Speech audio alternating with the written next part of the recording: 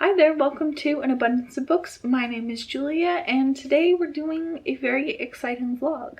I've been watching Booktube for about 2 years now and it has definitely influenced my reading quite extensively, but I wanted to prove that even further. Most of the books that I read I get from the library, so I don't have to shell out cash constantly. But today we are reading 3 books that are Booktube darlings that I paid cold hard digital cash for. I'm very excited about all of these. These have been super hyped for a really long time and I'm just so excited to get to them. The first book, to be fair, is something that I have heard you do sort of need to read physically, so I had to go out and purchase, and that is Illuminae by Kristoff and Amie Kaufman. This is a multimedia extravaganza. I know that this is a sci-fi adventure through multimedia. There's a romance in it.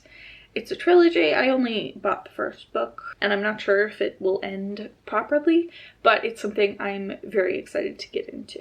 The second book is The Song of Achilles by Madeline Miller. This has been having a huge resurgence recently. Elias, I know, just did a full dedicated video about how this book destroyed him, so I am excited to be destroyed also. This is about Achilles and Patroclus, and they're in love. Patroclus? That sounds right. Booktube is really working on me if I can spend money on something and not know what it is.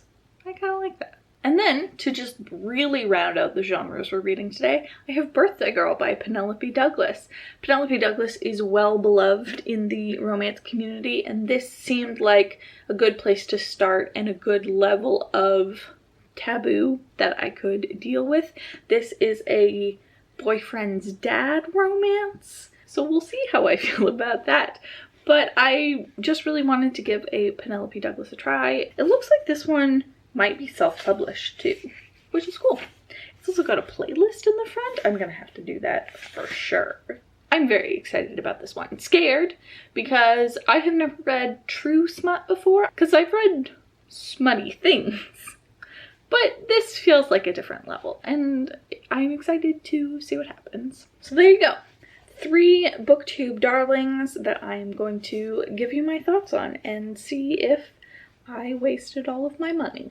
So I am now 199 pages, into Illuminae, and it's really good. I totally understand what the hype is about. The one thing that I'm unsure of is whether I should be doing this physically or with audio, because I think I've heard both recommended and I understand why. The story is told entirely through a multimedia, so having that in the physical form definitely is helpful, but the audiobook is a full cast. So right now I'm doing both at the same time, which is pretty common for me, and I am enjoying it, other than things like this. At the beginning of a chapter, it will have the names and the date and the time, and it's not always important, but they read it out every single time.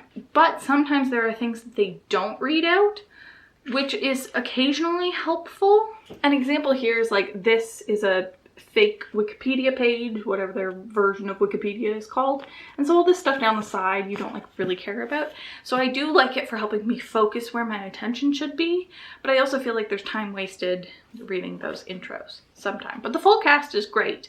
I really enjoy the variety of accents that they have in it too. I think it really brings it to life. But my #1 complaint with the audiobook is a page like this is completely skipped over. For reasons that I fully understand. There's no way to communicate this in an auditory sense, but I feel like that's where the real magic happens for me. The story is really good. It's about these 2 kids, Katie, and Ezra, whose planet got invaded and they had to escape. They're on 2 separate ships, but they're on the same convoy heading toward a wormhole, and a ship is in pursuit of them. And this is also one of the books in the ongoing Oops, I Read a Pandemic book. It's definitely not a pandemic, it's just some virusy stuff. I don't want to say too much, but I am finding that kind of not fun to read. at the moment. But the rest of it I'm totally loving. I really like the characters. I really like the way that the story is unfolding. Occasionally I'll find it a little bit slow just because we sort of come at the same thing from every angle, or we hear about something out of context and I've like kind of already filled in the pieces, but then they have to like officially fill in the pieces, which I get and I appreciate for the most part. It's just, you know, a chunky book and we got more things to read this month. But I'm also at the part where it's really starting to pick up. Hangar Bay 4 just happened and I really liked it. There's lots of really cool stuff in here and I really like the YA level of it. It is YA and features teen characters, but it more feels like a story for everybody. I'm also really curious how this is going to end because I know that there's 2 more books. I'm worried. I want these kids to be okay. Good morning. I am just over halfway through Illuminae and I really like it. It's doing so many sci-fi things that I love, particularly around the AI. It's just so well executed too, the separation of Aiden's passages with everything else. The section that I'm in now has a lot less of Katie and Ezra than previous ones, but I think that that's a good thing. It's also just not afraid to go there. Like, people die and it's bad, but it's so good. We also hit another one of my favorite pages. Isn't that so cool? I'm just so happy to have a book that has this in it. I thought that I would like it for the hype that I've heard around it, but I didn't expect it to check so many boxes for me. I don't know why I want to do this, but I want to out myself for how weird I am before we talk about the book. I have one of those 3-wick candles from Bath & Body Works. I'll just grab it. One of these. You know these? They're nice and big and round. Anyway, I am weird. I guess you can see it up here. And what I'll do after I blow out the candle, I will dip my fingers into the hot wax and create little finger nubs. Sometimes it'll just be like, you know that sensation of when you get glue on your hand in elementary school and you peel it off and it's extremely satisfying? It's that kind of feeling. This sounds so weird now that I'm saying it. But that's what I do. I dip my claw hand in and then let it dry and then rinse and repeat until you get these things. I have 4 right here from the ones that I did last night. They're just little, you can see they've got the finger hole. I am cool and normal. Anyway, I thought that was fun. That's what I did with my night. How are you? But you don't really care about my weird, I want to say wax fetish, but I really don't want to say wax fetish. You're here to talk about the book, Illuminae, which I finished, and I'm giving 5 stars. Although I do want to take a brief tangent immediately and talk about Tenet, the Christopher Nolan film I just watched for the first time, and it made me think, like, a lot of people don't like that movie because the characters are pretty flat, purposefully, but like, I get it. But I loved it, and so I'm realizing I just love a concept. Like a sci-fi concept, whatever it is, however it's executed, I'm here for it. Thankfully, Illuminae is a lot more than just a concept, and like the things that are done with the concept are really well executed. The characters are really interesting, the world is really interesting. It sounds like at the end of this they're talking about other ships or places that were affected by this Baytech invasion, I guess. And so I think that the next 2 books in the series are more like companions and that you don't necessarily have to read them, which is good. I am curious if you've read the next 2, if you think that they're worth it, because I do wonder if it's just a concept that I've already seen done in here, done again, or if there is enough difference to keep me interested. The multimedia is so fun. It really sort of goes off the rails at the end. Not off the rails, but like it keeps introducing more things and doing more stuff that you thought it had kind of ran out of ideas. And then they're like, nope, we have more. There was some stuff at the end that I didn't see coming. There was a time that I got like genuinely creeped out. If you've done the audiobook, when someone says pretty bird, it just, oh, it freaks me out so much. So far, Booktube is crushing it. This is definitely something that sort of naturally spreads by word of mouth because it's such a unique experience. And for people who might not necessarily connect with the story, they're still going to be impressed with like the effort that was put into it. And it's going to be something unlike they've ever read before, which is nice. When we've been putting words on pages for hundreds of years, it's nice that you can still innovate that in some weird way. So up next, I think I'm going to read Birthday Girl, and I will update you once I have done that. I am 100 pages in, which is about a quarter, and I'm hesitant to say good because I struggled to get into it. I honestly thought it could potentially be a DNF just because I found the writing kind of clunky. That's the only word I can think of to describe it. It just didn't really flow that naturally.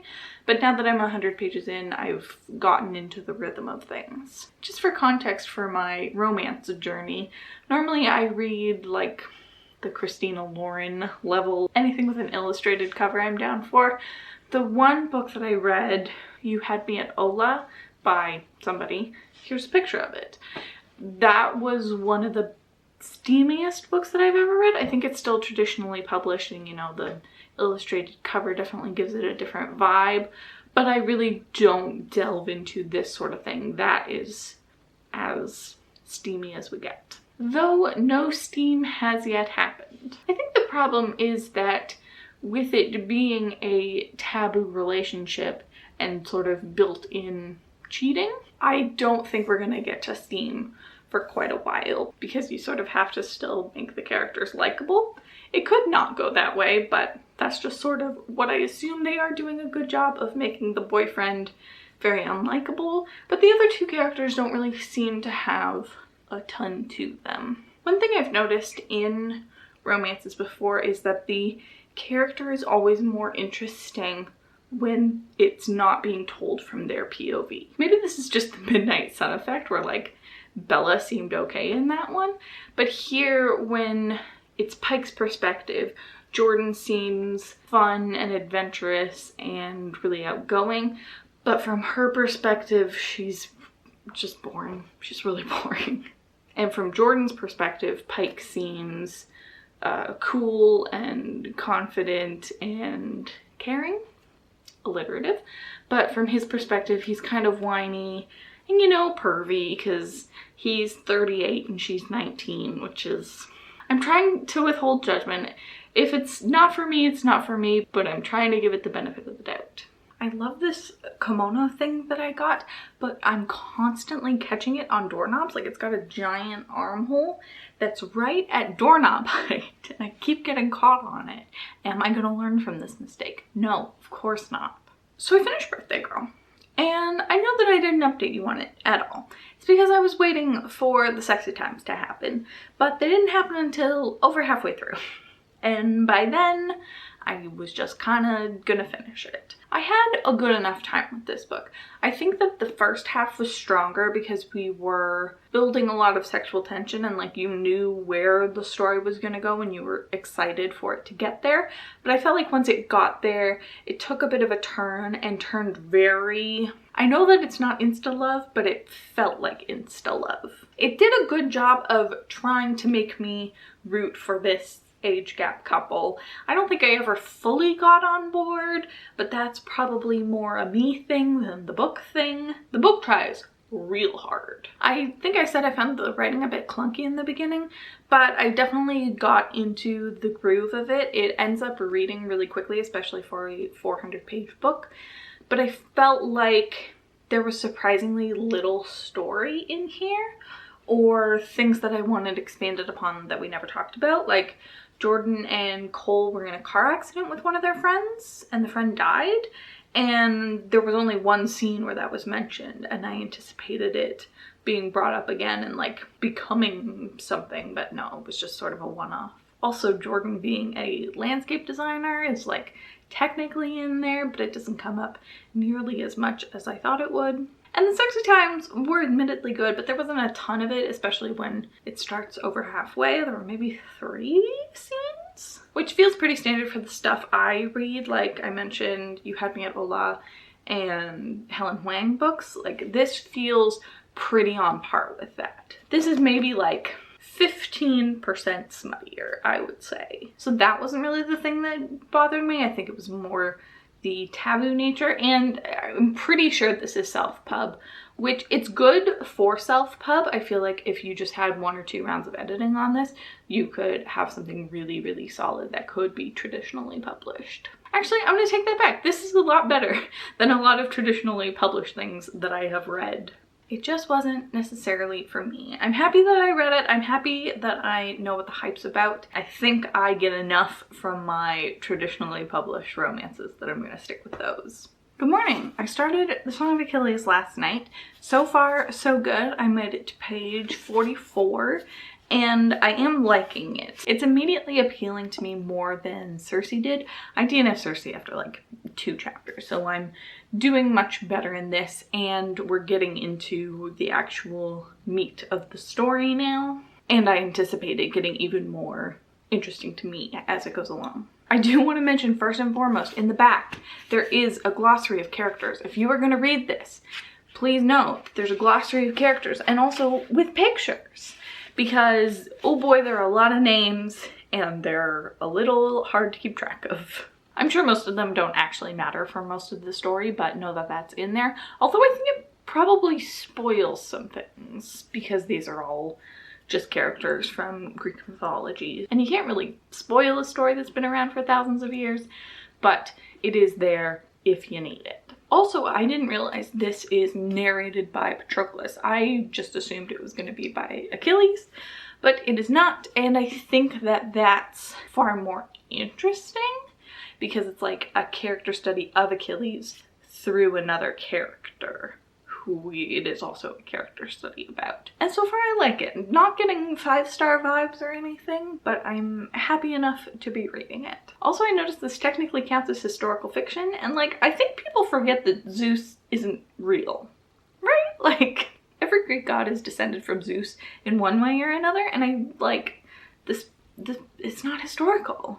I get why you would want to categorize it that way, but like, it's just not. It is now much later, and I'm halfway through the Song of Achilles, and I am enjoying it. I was just like prepping to turn on the camera, and I was like, am I enjoying it? Because I think a lot of it is just, I'm relieved that I don't hate it. Because there was a definite possibility that this could be a DNF for me, but I am enjoying it, but I don't know if it's the kind of story that I really enjoy. It's very surface level, maybe?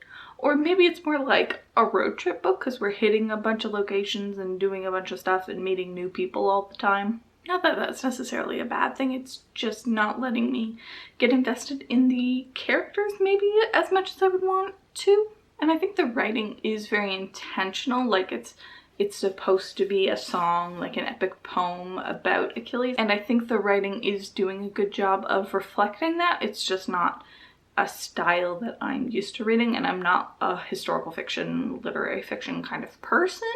So the fact that I am enjoying this is a good sign that people who do like those things already will enjoy this more. Have I told you what this is about? Can I tell you what this is about? Because it's pretty much just about Patroclus and Achilles growing up together and maybe falling in love. I had heard going in that it was going to be a queer story, and I didn't know quite how much weight to put on that, whether it was specific and on page or whether it was just sort of a subtext or a vibe, because I read Carmilla, which is supposed to be lesbian vampire fiction, but all of it was just sort of implied. There was nothing actually confirming any lesbianism. I will say for this though, it does have beautiful writing. There've been a couple of times where I've like stopped at a passage and thought about it. One thing I thought was interesting while reading it is on the back it says that Madeline Miller specialized in adapting classic tales to a modern audience at the Yale School of Drama.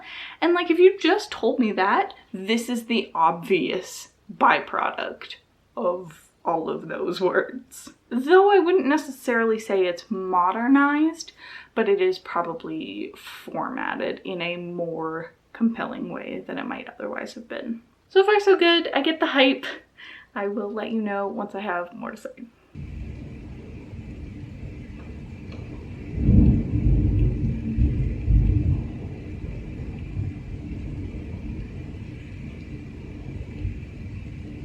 I just finished The Song of Achilles maybe 10 minutes ago, so my thoughts are still reeling on it a little bit because I was so confident about my rating throughout this.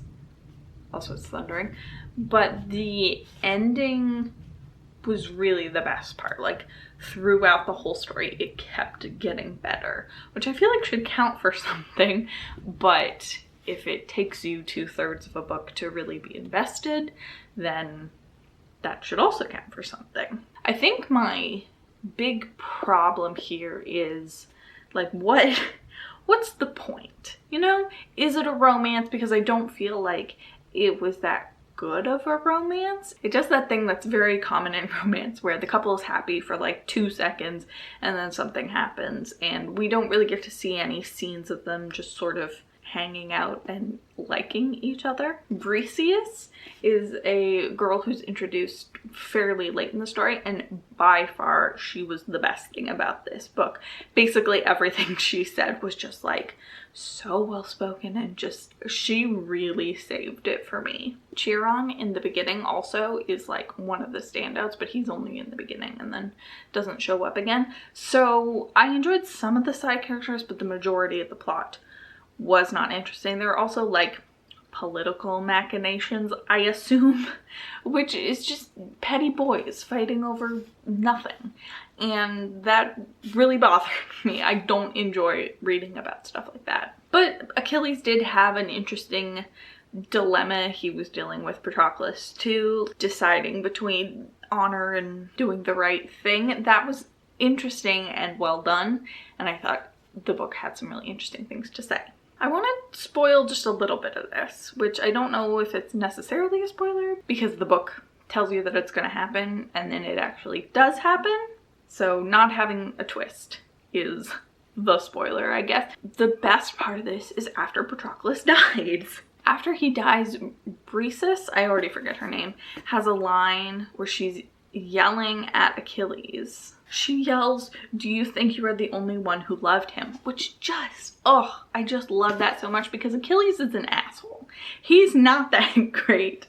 He's just so petty and annoying, and his whole, like, that he needs honor is just so frustrating. Like, I get it, but it's so frustrating. But yeah, after Patroclus dies, it's the best. It gets so much more intense. Achilles becomes a real person, and then Achilles dies and you get to see the fallout from that, and all of the characters like become characters in the last 30 pages. What is that? Like, it's good. I'm happy, but I wish we could have had more of that throughout the whole story.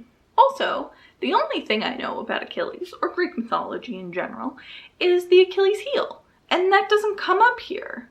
Was that just me? Is this how the story actually goes?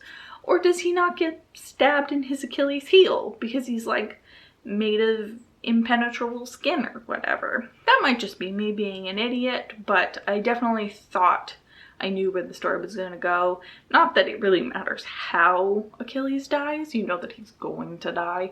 I just assumed a heel would be involved.